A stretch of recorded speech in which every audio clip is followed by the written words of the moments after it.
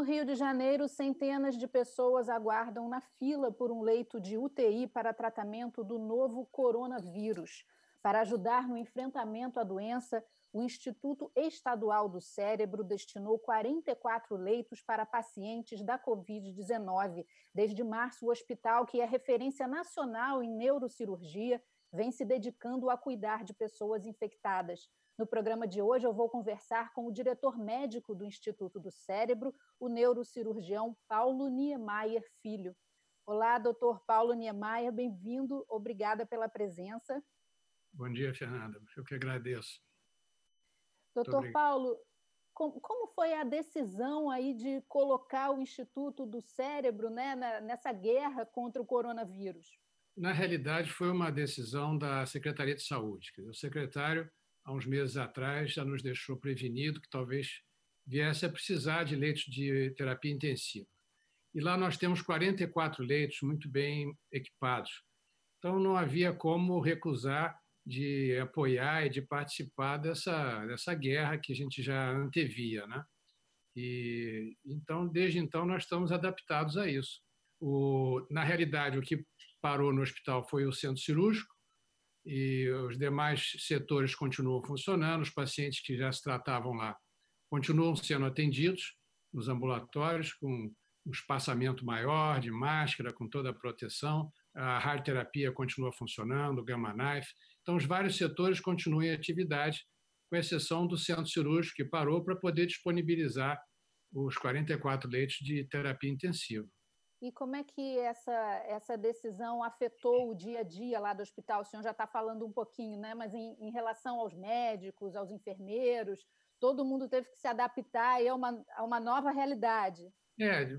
Tivemos que incorporar, inclusive, outros profissionais, hoje virologistas, hematologistas e infectologistas, tivemos que aumentar o grupo e desde então nós temos reuniões diárias por teleconferência, diariamente nós discutimos cada caso, analisamos os casos, são casos extremamente graves e que nós fomos nos adaptando. Os anestesistas passaram a ajudar também, entraram para a equipe do CTI, porque eles têm experiência com intubação, alguns médicos de outras áreas passaram a ajudar na comunicação com as famílias, enfim, um tour de force, todo mundo se mobilizou para ajudar e para participar da maneira que for possível. E com isso nós estamos conseguindo fazer um bom trabalho e tentando amenizar o sofrimento aí dessa doença. Existem muitos casos de contaminação entre os profissionais que estão lá atendendo? Nós adaptamos o nosso laboratório, nós adaptamos ele, compramos mais alguns equipamentos para poder fazer a testagem lá mesmo, porque o Estado está sobrecarregado com atendimento do público e outros hospitais. E com a ajuda de algumas empresas, como a Vale do Rio Doce, nós conseguimos comprar os kits e nós mesmos fazemos lá a testagem dos funcionários, dos médicos e todos que trabalham, dos pacientes, inclusive, naturalmente. E essa testagem está bastante elevada, nós vemos que chega a quase 50% em alguns dias, quer dizer, nós vamos selecionando aqueles funcionários que têm alguma queixa ou que estão sob suspeita e eles são testados a uma amostragem diária.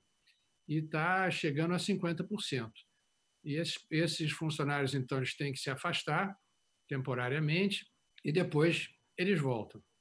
E isso cria também uma dificuldade enorme, porque é preciso substituí-los e a demanda hoje por profissionais de saúde é muito grande, os hospitais de campanha também estão precisando, então todo cuidado é pouco, não só para evitar, como para ter de volta esses funcionários que, de qualquer maneira, voltam já mais protegidos por já terem tido a doença. Doutor Paulo Niemeyer, como que os pacientes chegam até o Hospital Estadual do Cérebro? Eles vêm de outras unidades? O Instituto ele é fechado, ele não é aberto ao público. Quer dizer, as pessoas não podem ir lá diretamente porque não há como atendê-las. Então, os pacientes são encaminhados pela Secretaria de Saúde, pela regulação do Estado. Então, os pacientes são encaminhados de UPAs ou de clínicas de família ou de outros hospitais e só os casos mais graves, porque lá nós só temos terapia intensiva. Então, os doentes já chegam para ser entubados ou a maior parte já vem entubado. São casos extremamente graves. E nós começamos lá a fazer, então, a transfusão de plasma, que é uma medida pioneira no Brasil e que já foi usada, não a transfusão do plasma em si, mas com a transfusão dos anticorpos, né, como tratamento. E nós estamos tendo resultados bastante interessantes que vamos publicar em breve. Já tem pacientes recuperados lá? Como é que está a situação deles? Os pacientes, nós temos pacientes recuperados com e sem a transfusão. Então, ainda é preciso um número maior para ter certeza de que isso realmente diminuiu a mortalidade ou que influiu no resultado. Mas a primeira impressão é que aqueles pacientes que ainda não foram para o tubo e que estão numa fase inicial de dificuldade respiratória, esses parecem ser os melhores para fazer a transfusão. E muitos desses doentes deixam de evoluir, evitando de ser entubado e de ter aquele processo todo demorado no CTI. Mas isso é uma primeira impressão, mas é o que parece que está apontando o trabalho. O tratamento com plasma, então, ele tem mostrado uma eficácia, uma melhora clínica aí nesses pacientes que estão recebendo. Como é que é feito esse tratamento? Nós temos um trabalho conjunto, uma parceria com o Hemorrio. Então, o Hemorrio recebe pessoas voluntárias que já tiveram a doença e querem doar o anticorpos, querem doar o plasma. Então, eles fazem uma seleção nesses doentes, naturalmente, e é colhida uma quantidade determinada do plasma desses pacientes e são encaminhados para o Instituto. E nós, então, vamos usando a proporção que os pacientes vão chegando dentro de um protocolo. Alguns recebem 2 doses, e com isso nós vamos fazer uma comparação entre os que não tomaram logo do início com os que estão tomando e de acordo com a gravidade. E quando tivermos um número maior, vamos ter uma ideia. Mas a primeira impressão é que há uma ajuda, porque os anticorpos ajudam a abreviar aquela fase antes da inflamação do pulmão, em que talvez possa impedir que esses doentes progridam para serem entubados e para ter toda aquela parte respiratória mais grave. É talvez um tratamento que faça sentido. Quando a gente discute teoricamente, você transferir anticorpos faz todo sentido. Inclusive, doutor, é um tratamento que já foi usado aí há um século atrás, né, na gripe espanhola. Não é uma novidade. Já mostrava resultado. Isso foi feito muitas vezes em outras pandemias, mas nunca se teve uma certeza do resultado, porque como ele é sempre usado em momentos de crise, não há como fazer um trabalho científico rigoroso. Então, nós estamos tentando fazer isso agora. O nosso hospital é um hospital que não é um hospital grande, o grupo é muito coeso, então isso permite fazer um trabalho com muita disciplina e com muitos dados.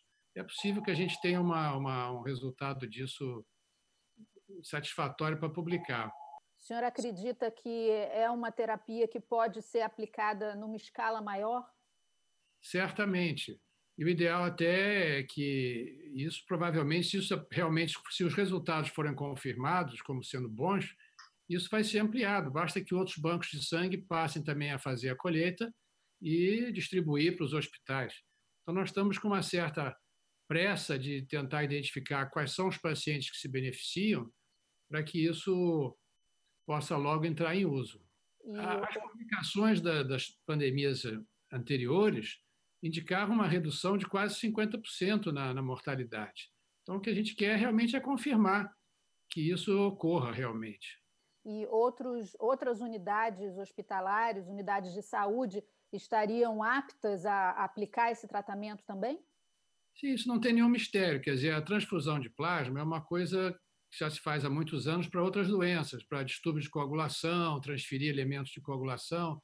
O que é novidade é transferir anticorpos numa situação como do Covid. Então, a transfusão de plasma em si não é difícil, só é preciso definir quais são os doentes que podem se beneficiar para poder divulgar. O ideal talvez é que fosse feito nas próprias UPAs, antes que os doentes evoluíssem para um quadro mais grave. E é possível que seja essa a conclusão do trabalho. O senhor disse numa entrevista recente que o SUS foi a maior política de inclusão social em 100 anos no Brasil, né? Eu gostaria que o senhor comentasse essa sua afirmação e comentasse também se falta investimento, falta gestão, o que falta para o SUS ser melhor. Bom, primeiro, o SUS foi uma decisão política. Tudo são decisões políticas, né? Preciso que todo mundo se reúna e diga, olha, essa é a nossa prioridade, né? Bom, com a Constituição de 1988, mudou a situação no país. Quer dizer, até então, só tinha direito à assistência social aqueles indivíduos que tinham carteira assinada e tinham um emprego formal. Os que moravam na zona rural ou que eram profissionais liberais, ambulantes, esses não tinham direito a nada, eles eram tratados nos hospitais de caridade, nas santas casas, como favor. E a Constituição, então, determinou que a saúde era um direito de todos, era um direito de todos, uma obrigação do Estado. E, com isso, todos os brasileiros passaram a ter direito ao SUS, ao Sistema Único de Saúde, e deixaram de ser marginalizados e serem tratados por favor. Então, isso foi uma coisa muito importante. E, de lá para cá, o SUS vem lutando para corresponder ao que foi escrito, porque não é barato nem é simples que todos tenham direito à saúde e que o Estado consiga cumprir a sua obrigação. Então, o SUS está permanentemente se aperfeiçoando e progredindo. E, naturalmente, que muita coisa precisa ser feita. É preciso aumentar o budget, aumentar o orçamento do SUS, que é evidente que tem que aumentar o orçamento, e nós precisamos ter uma gestão mais pragmática, uma gestão mais realista, com menos dogma e mais eficiência. Então, eu acho que nós temos que aproveitar o que há de melhor na saúde privada e o que há de melhor na saúde pública e tentar que haja uma fusão, uma parceria que seja boa para os dois. Então, algumas instituições privadas têm um movimento enorme de transplante de fígado para os pacientes de SUS. É uma parceria que deu certo. E outros, e ao contrário também, quer dizer, o contrário é mais difícil. O SUS tem uma resistência muito grande de receber doentes privados. E, no entanto, esses doentes privados poderiam ajudar com o que pagam, né? Por que um doente que tem um plano de saúde não pode usar seu plano para fazer um exame no hospital do SUS? Estaria contribuindo. Então, é preciso terminar com essa divisão tão rígida e temos que ser mais pragmáticos. Eu acho que o SUS tinha que ter uma gestão mais pragmática, mais eficiente e menos dogmática, como tem sido até agora, com menos ideologia. O senhor acredita que, num período pós-pandemia, a sociedade vai passar a dar mais valor à questão da saúde e até ao próprio SUS? Olha, o SUS vai sair muito valorizado disso tudo, porque está claro que sem o SUS, apesar de todas as dificuldades que existem, o SUS é fundamental e, se não fosse ele, seria um desastre muito maior. Mas também está mostrando muitas falhas. Os hospitais do SUS aqui no Rio, inúmeros andares vazios, leitos mal aproveitados, isso tudo é gestão e não é só orçamento, é gestão também. Então, nós temos que ter uma gestão mais moderna, mais ativa e mais, enfim, e que não deixe que isso aconteça. Nós estamos abrindo hospitais de campanha, mas temos 1.000 leitos que estão fechados e mal aproveitados. Isso é gestão. Então, é preciso que haja uma interação maior entre os vários níveis de poder, quer dizer, o federal, o estadual, o municipal. O Rio de Janeiro sofreu muito com isso. Você entra numa rua, é federal, quando você cruza o sinal, aquela área já é estadual. E até hoje, desde que a capital saiu daqui, nunca se entenderam, nunca conseguiram fazer uma fusão completa. Então, isso tudo precisa ser melhor organizado e que haja um entrosamento maior. Como o senhor falou, há leitos fechados, né, em hospitais públicos, há os hospitais de campanha também. Além do problema de gestão que o senhor falou, há também problema de falta de mão de obra na área da saúde? Sem dúvida, porque quando há uma demanda assim, extra, quer dizer, ninguém pode estar preparado para uma epidemia dessas. Nenhum país do mundo, nem os americanos, o país mais rico do mundo, está preparado para uma epidemia dessas. Porque os hospitais, a medicina hoje é muito cara, então os hospitais funcionam dentro de um limite que seja eficiente do ponto de vista econômico. Então, quando vem uma sobrecarga, não há como, de um dia para o outro, triplicar o número de leitos e o número de funcionários e de médicos. Se nós tivéssemos todos esses médicos disponíveis, quando passasse a crise, ia ser um desemprego enorme, porque esses médicos não iam ter onde trabalhar. Então, numa epidemia dessas, não tem jeito, você tem que tentar improvisar e todo mundo ajudar, e, enfim, é isso mesmo. Agora, a rede, isso mostra as falhas da rede, quer dizer, locais que deveriam estar funcionando bem e que não estão por problemas de gestão. E há profissionais de todas as especialidades trabalhando aí no combate ao coronavírus? De todas as especialidades. Os médicos mais jovens, eles têm um risco menor com a doença e eles têm, a maioria passou há pouco tempo por treinamentos de terapia intensiva, que faz parte da formação.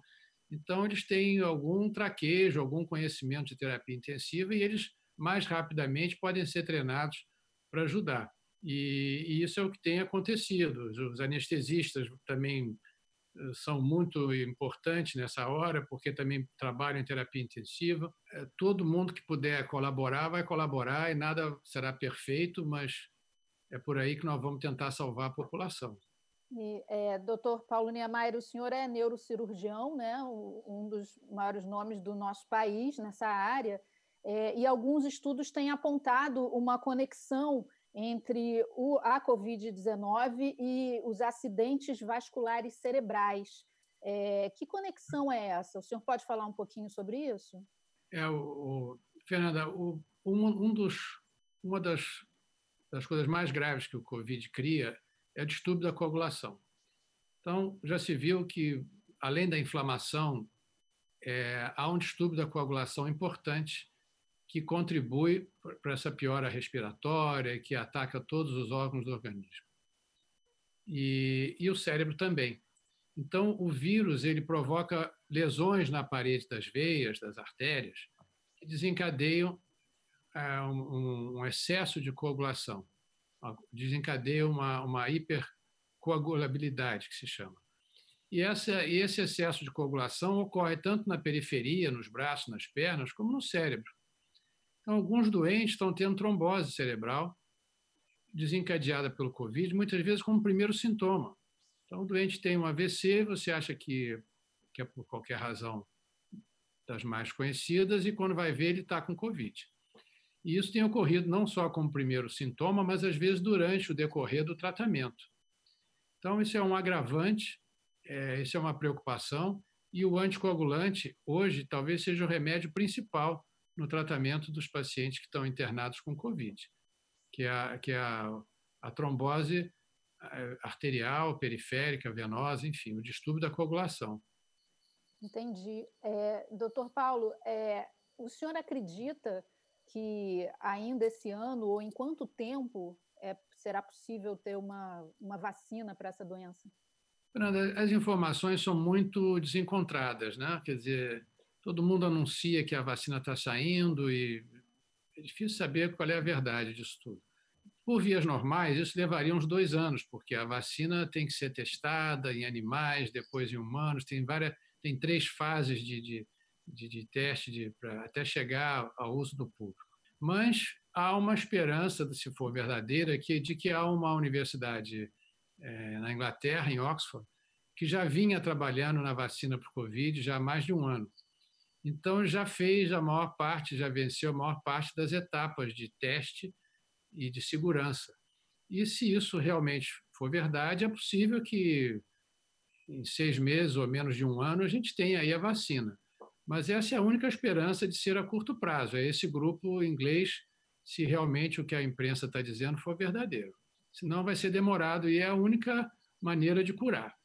O que é alentador, e o que eu estou dizendo aqui eu não posso provar, porque ninguém pode, é que é possível que os pacientes que já tiveram Covid estejam protegidos, pelo menos por um tempo, porque ainda que não se possa provar que eles estão imunizados para sempre, não há nenhum relato na literatura de pacientes que tiveram Covid e que tenham tido a segunda vez.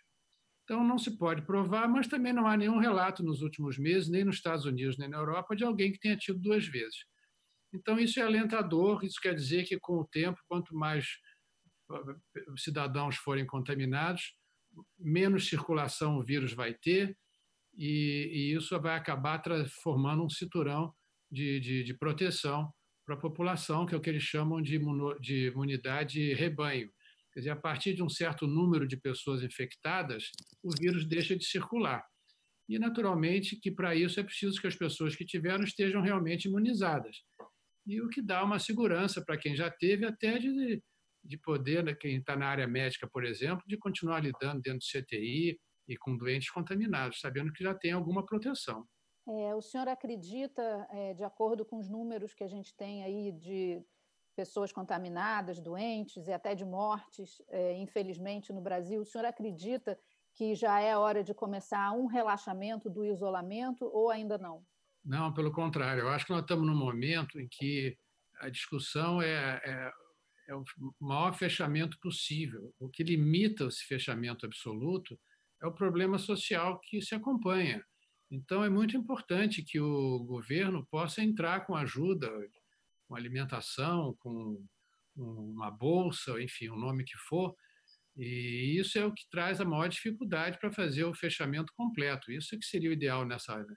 Agora seria que todos permanecessem realmente dentro de casa para tentar impedir a propagação do vírus e que essa mortalidade se reduza. E não há outra maneira de impedir a progressão. Mas isso tem que se acompanhar de algum suporte social do governo, principalmente nas comunidades que têm maior dificuldade e que não podem ficar em casa sem trabalhar, mas isso o governo tem que fazer a parte dele, ainda que tenha que pedir um empréstimo aí federal ou do jeito que for.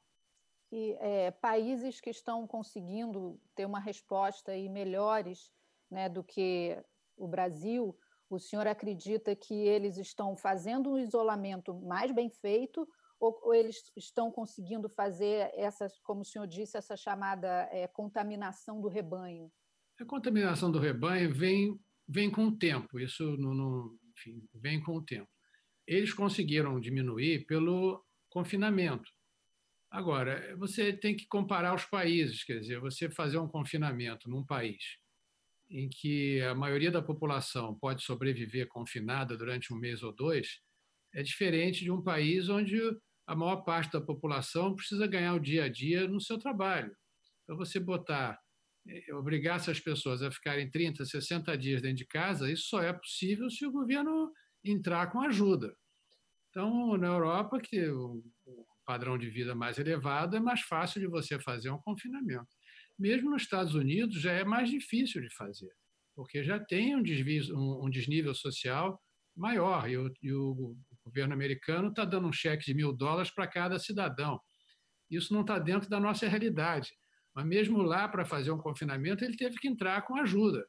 Então, não tem outro jeito. Quer dizer, na Europa, não sei se chegaram a fazer ajuda, mas o pessoal se aguentou em casa. Mas nos Estados Unidos já teve que receber um cheque.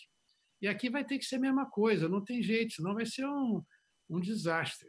Vai ser um desastre, já está apontando para isso. E para a gente finalizar, como é que o senhor está conseguindo dar conta aí do seu trabalho na área de neurocirurgia, né? Com essa questão do coronavírus? O senhor está mantendo as suas cirurgias? O que tem sido feito? Nós estamos reduzindo, quer dizer, só estamos tentando operar os casos que não podem aguardar. Então, os casos graves, não há como esperar. Né? E há um hospital no Rio, da Rede D'Or, que foi selecionado para não internar o Covid, para poder atender esses pacientes, porque eles são tão graves quanto os que estão contaminados por Covid. Então, há um hospital da Rede D'Or que está isolado para tratar exatamente os pacientes com câncer, com acidentes vasculares, com doenças graves. E esses nós temos atendidos normalmente, e muitos pacientes nós temos atendido por telemedicina, alguns vamos ao consultório para ver quando são casos que não podem aguardar. E isso, inclusive, é uma proteção aos doentes, quer dizer, muitos pacientes já são idosos, então, se eles puderem aguardar 1, 2 meses para ter o problema resolvido, é mais seguro. O que o senhor acha da fila única de pacientes particulares e do SUS? Olha, eu acho que isso é um problema difícil, quer dizer, em teoria, eu acho que isso pode vir a ter que acontecer, mas, enfim, é uma disputa legal, judicial, que eu não sei como dizer, mas Mas, do ponto de vista humano, é possível que isso que caminhe para isso, se toda a rede... mas é preciso também que o SUS entre com ajuda, porque os hospitais particulares não têm como sustentar um tratamento desses por conta própria. Eles são privados, mas eles vivem do que eles arrecadam ali com a eficiência deles. Mas se a despesa for maior do que a receita, eles vão quebrar. Então, eu acho que a fila única é uma possibilidade, mas o governo tem que entrar com ajuda também. Ok. Doutor Paulo Niemeyer, muito obrigada pela entrevista, parabéns pelo seu trabalho. Muito obrigado, eu que agradeço. Obrigada também a você que nos assistiu. Para rever este ou outro programa da TV Alerj, acesse a nossa página no YouTube, TV Alerj, Canal do Povo. Até a próxima.